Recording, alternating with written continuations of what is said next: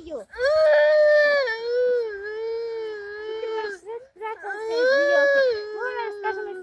Это вот живая елка, вообще не искусственная, реально она живая, из леса. Ее купили какие-то люди. Потом выбросили из-за чего-то. Смотрите, она там на помойке тут валяется. Люди, пожалуйста, не срубайте деревья и не выбрасывайте их.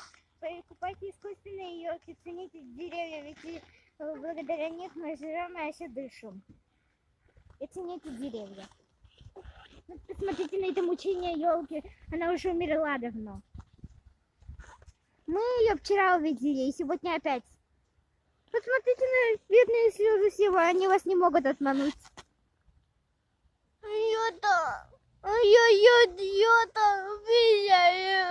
Елку убили, да?